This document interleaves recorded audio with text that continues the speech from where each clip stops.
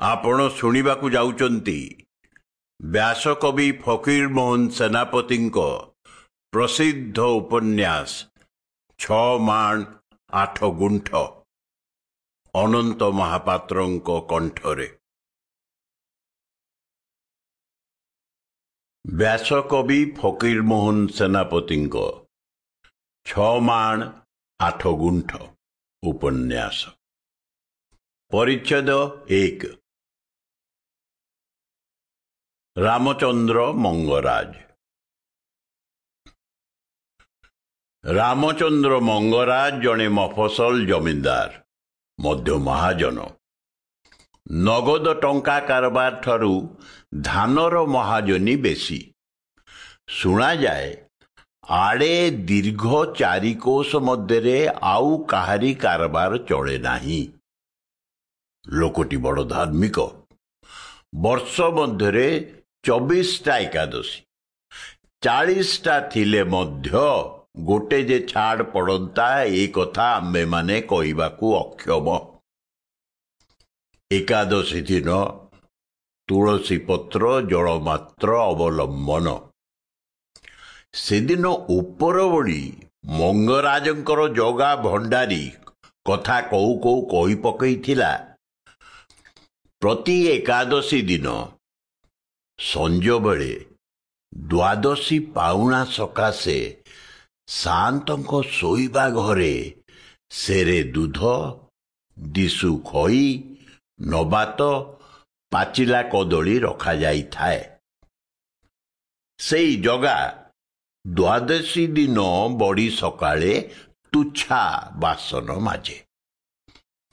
ଏ କଥା ଶୁଣି ଜଣା କେତେ ମୁହଁ ଚାହାଁ ଚାହିଁ ହୋଇ ମୁରୁକି ମୁରୁକି ହସିଥିଲେ।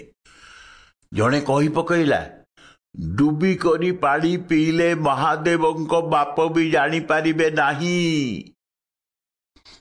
ଏ କଥାର ଅର୍ଥ ସଫା ବୁଝାଗଲା ନାହିଁ। ମାତ୍ର ଆମ୍ଭେମାନେ ଅନୁମାନ କରିନେଲୁ ଏହା ନିନ୍ଦୁକର କଥା। ସେ କଥା ଛାଡ଼। ବରଞ୍ଚ ଆମ୍ଭେମାନେ ସାଆନ୍ତଙ୍କ ସପକ୍ଷରେ ଓକିଲାତି କରିପାରୁ। ଭାଣ୍ଡ ଶୂନ୍ୟ ହେବା କାର୍ଯ୍ୟଟା ଯେ ମଙ୍ଗରାଜଙ୍କ ଦ୍ୱାରା ଅନୁଷ୍ଠିତ ହୋଇଅଛି, ଏଥିର ଚାକ୍ଷୁଷ ସାକ୍ଷୀ କାହିଁ? ଶୁଣିବା କଥା, ଅନୁମାନ କଥା ପ୍ରମାଣ ରୂପେ ଗ୍ରହଣ କରିବାକୁ ଆମ୍ଭେମାନେ ନିହାତି ନାରାଜ। ଅଦାଲତର ହାକିମମାନଙ୍କର ତ ଏଇ ରାୟ।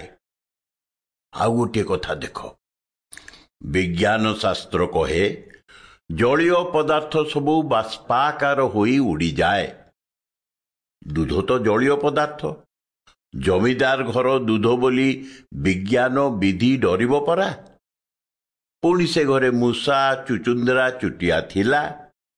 ଛାରପୋକ, ମଶା, ମାଛି ଅବା କୋଉ ଘରେ ନଥାନ୍ତି? ପେଟ ପାଟଣା ପାଇଁ ଜଗତର ସମସ୍ତ ପ୍ରାଣୀ ଧାଉଁଛନ୍ତି। ବିଶେଷରେ ସେମାନେ ମଙ୍ଗରାଜଙ୍କ ପରି ହରିଭକ୍ତ ବିଳାସ ଗ୍ରନ୍ଥ ମାହାତ୍ମ୍ୟ ଶୁଣି ନାହାନ୍ତି। ଏଥକୁ ମଙ୍ଗରାଜଙ୍କ ଧର୍ମନିଷ୍ଠା ପ୍ରତି ସନ୍ଦେହ କରିବା ମହାପାପ ବୋଲି ଆମେ ବିଚାର କରୁ। ଆହୁରି ମଧ୍ୟ ପାର୍ଶ୍ୱବର୍ତ୍ତୀ ଘଟଣାମାନଙ୍କ ପ୍ରତି ନଜର ରଖିବା ନିମନ୍ତେ ପ୍ରମାଣ ଆଇନରେ ବିଚାରକମାନଙ୍କ ପ୍ରତି ବିଶେଷ ବିଧି ଅଛି। ମଙ୍ଗରାଜେ ଉଷୁନା ଛୁଅନ୍ତି ନାହିଁ। ମାଛ ଶୁଖୁଆ କଥା ତ ଛାଡ଼। ଦ୍ୱାଦଶୀ ଦିନ ବ୍ରାହ୍ମଣ ଭୋଜନ କରାଇ ତହିଁ ଉତ୍ତାରେ ପାରଣା କରନ୍ତି। ମଙ୍ଗରାଜେ ଭାରି ହୁସିଆର ଲୋକ। ଏଇ ବ୍ରାହ୍ମଣ ଭୋଜନ ରୂପ ମହତ କାର୍ଯ୍ୟରେ କେତେ ବିଘ୍ନ ଘଟିପାରେ। ଏଥିସକାଶେ ଜଣେ କେଉଟକୁ ମାଣେ, ଜଣେ ଗୁଡ଼ିଆକୁ ମାଣେ, ଏହିପରି 2 ମାଣ ଜମି ଖଞ୍ଜି ଦେଇଛନ୍ତି।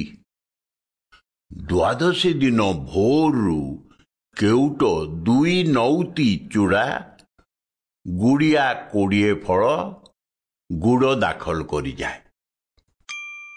Sample complete. Ready to continue?